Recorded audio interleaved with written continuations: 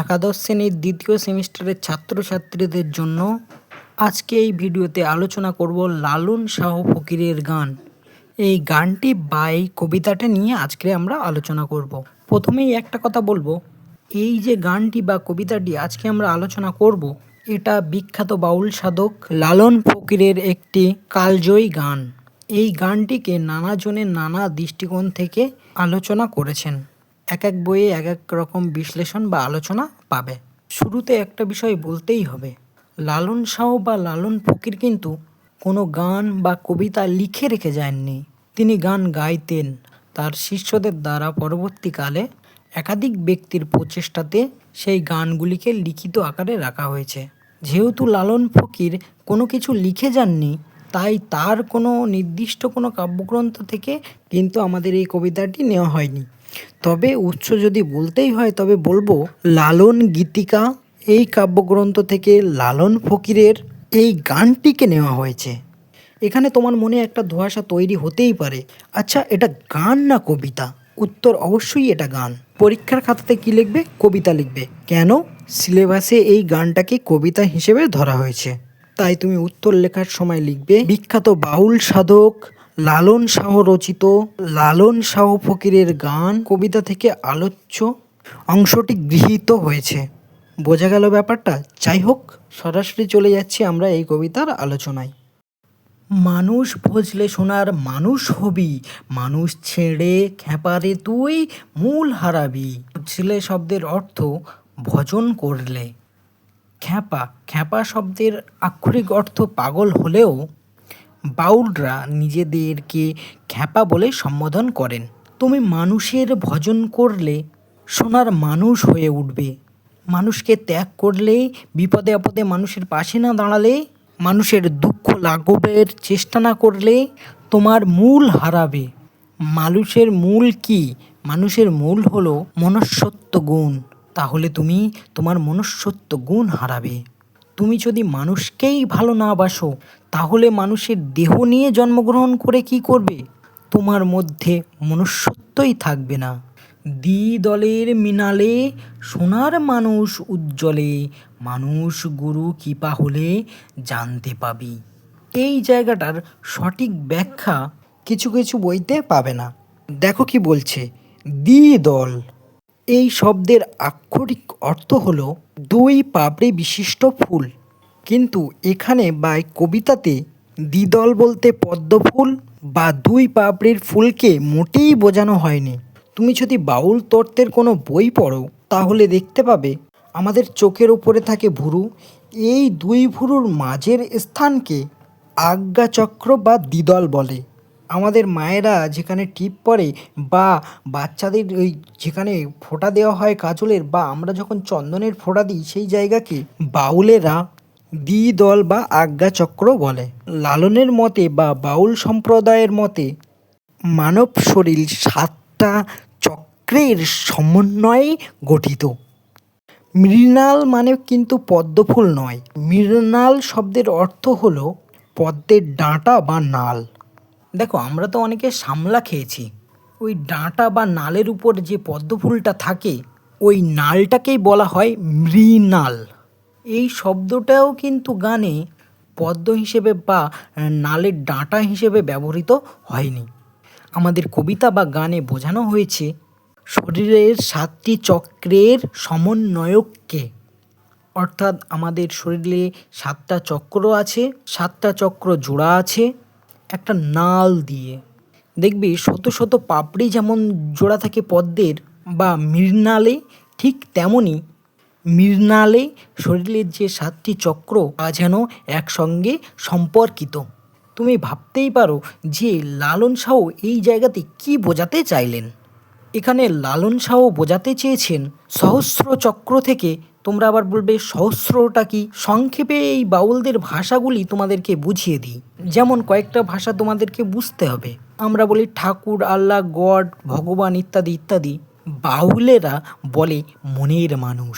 আমরা বলি ভগবান, ঠাকুর, মসজিদ, মন্দির, গুরুদুয়ার, গির্জা এখানে আছেন। কিন্তু লালনেরা বা বাউলরা বলেন মনের মানুষ মনে বা হৃদয়ে আছেন। লালনেরা যে 7 চক্রের কথা বলেন তার অবস্থান আমি একটু বলে দিই। মূলাধার চক্র গুহ্য দেশে, অর্থাৎ আমাদের শরীরের পেছনের দিকটা। স্বাধিষ্ঠান চক্র লিঙ্গে, মণিপুর চক্র নাভিতে, অনাহত চক্র বুকে, বিশুদ্ধ চক্র কণ্ঠ বা গলায়, আজ্ঞা চক্র দ্বিদলে বা কপালে, সহস্র চক্র এটা মস্তিষ্কে বা মাথায়। তো এখানে যে এই পংক্তিটা, দ্বিদলে মৃণালে সোনার মানুষ উজ্জ্বলে মানুষ গুরুর কৃপা হলে জানতে পাবি, বোঝানো হয়েছে সহস্রবর চক্র থেকে কখনো কখনো প্রেম গুণে বা ভাব গুণে বা কোনো গুণের দ্বারা বা বিশুদ্ধ গুণের দ্বারা দ্বিদলে বা মনের মানুষের আগমন ঘটে। অর্থাৎ কখনো কখনো আমাদের এই যে কপাল দ্বিদল, এখানে কখনো কখনো মনের মানুষের আগমন ঘটে। এই যে আগমন বা মনের মানুষ আসবে, এটা আমরা বুঝতে পারি মানুষ গুরুর কৃপা লাভ করলে। এই সত্যটা উপলব্ধি করতে পারি মানুষ গুরুর কৃপা লাভ করলে। আমাদের মনের মানুষও আমাদের গুণের দ্বারা আমাদের দ্বিদলে বা দুই ভুরুর মাঝখানে পৌঁছতে পারে, এটা আমরা বুঝতে পারি মানুষ গুরুর কৃপা লাভ করলে।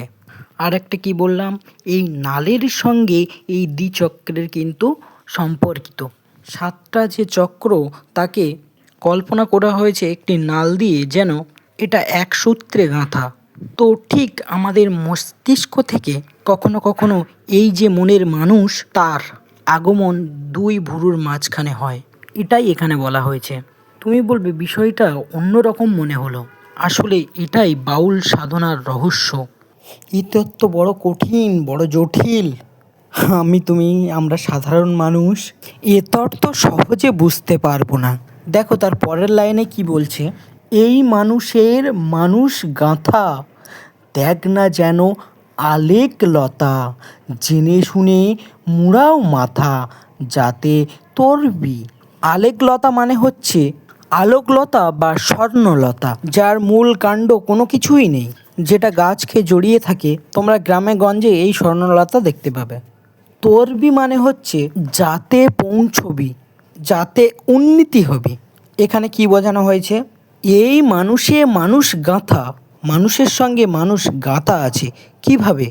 দেখ না যেমন আলেক লতা, স্বর্ণলতা যেমন জড়িয়ে থাকে গাছকে, তেমন মানুষের সঙ্গে জড়িয়ে থাকে। স্বর্ণলতা যখন গাছকে জড়িয়ে থাকে, দূর থেকে দেখে স্বর্ণলতার কাণ্ড, লতা, পাতা, শিকড় কিছুই বোঝা যায় না। ঠিক তেমনি সৃষ্টিকর্তা বা মনের মানুষ মানুষের সঙ্গেই সম্পৃক্ত। তেমনি মনের মানুষ বা সৃষ্টিকর্তা প্রতিটি মানুষের সঙ্গে সম্পৃক্ত। যখন গাছ স্বর্ণলতাকে ছেয়ে যায়, স্বর্ণলতার কাণ্ডমূল কিছুই বোঝা যায় না, ঠিক তেমনি মনের মানুষও আমাদের সঙ্গে কিন্তু সম্পৃক্ত হয়ে থাকে। শিকল মূল কোথায় কি কিছুই অনুভব করা যায় না। একথা জানার পরেও মানুষ যাতে পৌঁছানোর জন্য, মানুষ ঈশ্বরের সান্নিধ্য লাভের জন্য, মানুষ ভগবানকে পাওয়ার জন্য, যাতে পৌঁছানোর জন্য, নিজেকে উঁচু ধার্মিক প্রমাণের জন্য তারা মাথা মুড়ায়, অর্থাৎ মাথার চুল ফেলে দেয়। এখানে চুল ফেলে দেওয়া বা নেড়া করাকে বোঝানো হয়েছে তারা ধর্মীয় ক্রিয়াকাণ্ডে মশগুল থাকেন। তারা ঈশ্বরকে পাওয়ার জন্য ঈশ্বরকে অন্তর দিয়ে উপলব্ধি করে না। মানুষকে ভালোবাসলে তবেই না আমি ঈশ্বর পাবো। তারা মানুষকে ভালো না বেশে মাথা মুড়ায়, অর্থাৎ ঈশ্বর আরাধনার বাহ্যিক ক্রিয়াকাণ্ডে তারা মশগুল থাকেন। লালন সাহ আবার বলছেন, মানুষ ছাড়া মন আমার, পড়বি রে তুই শূন্যকার। লালন বলে মানুষ আকার, ভজলে তরবি। শূন্যকার মানে নিরাকার, যার মনে মানুষের জন্য কোনো স্থান নেই, তার কাছে এই পৃথিবী যেন শূন্যকার, এই পৃথিবী মহাশূন্য। ভনিতা করে লালন সাহ বলছেন, মানুষের ভজন করলে তবে গিয়ে মানুষ আকার, মানুষের যে প্রকৃত স্বরূপ মনুষ্যত্ব গুণ, সেটা তুই লাভ করবি।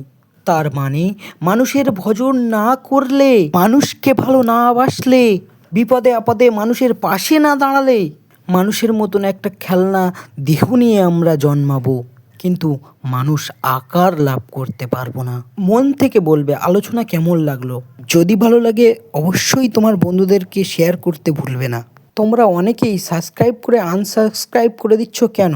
যদি আমার ভিডিও ভালো না লাগে তা সাবস্ক্রাইব করো না, কারণ একটা ভিডিও বানাতে আমার অনেক টাইম লাগে, অনেক কষ্ট করতে হয়, তারপর গিয়ে একটা ভিডিও তৈরি হয়। তোমাদের যদি আমার ভিডিও ভালো না লাগে, অনুরোধ করছি সাবস্ক্রাইব করবে না, টোটালি করার দরকার নেই। সাবস্ক্রাইবটা কেন করে? সাবস্ক্রাইব করে এই কারণে যে আমি ভিডিও ছাড়ার সাথে সাথে সেই ভিডিওটা সবার আগে তোমার কাছে পৌঁছবে, এর জন্য। আর তোমরা সাবস্ক্রাইব করে আনসাবস্ক্রাইব করে দিচ্ছ, ইউটিউব ভিডিওটা আর কারোর কাছে পাঠাচ্ছে না। আর তোমাদের মতন তোমরা যেমন দেখছো অন্যরাও দেখার সুযোগ পাচ্ছে না। না ওই হয়তো তোমাদের ভালো লাগছে না, অন্যদের তো ভালো লাগতে পারে, অন্যদের পড়ার তো কোনো আগ্রহ আছে, তোমার না থাকতে পারে। তাই বলবো তোমরা এটা করো না। যাই হোক, দেখা হবে পরের ভিডিওতে।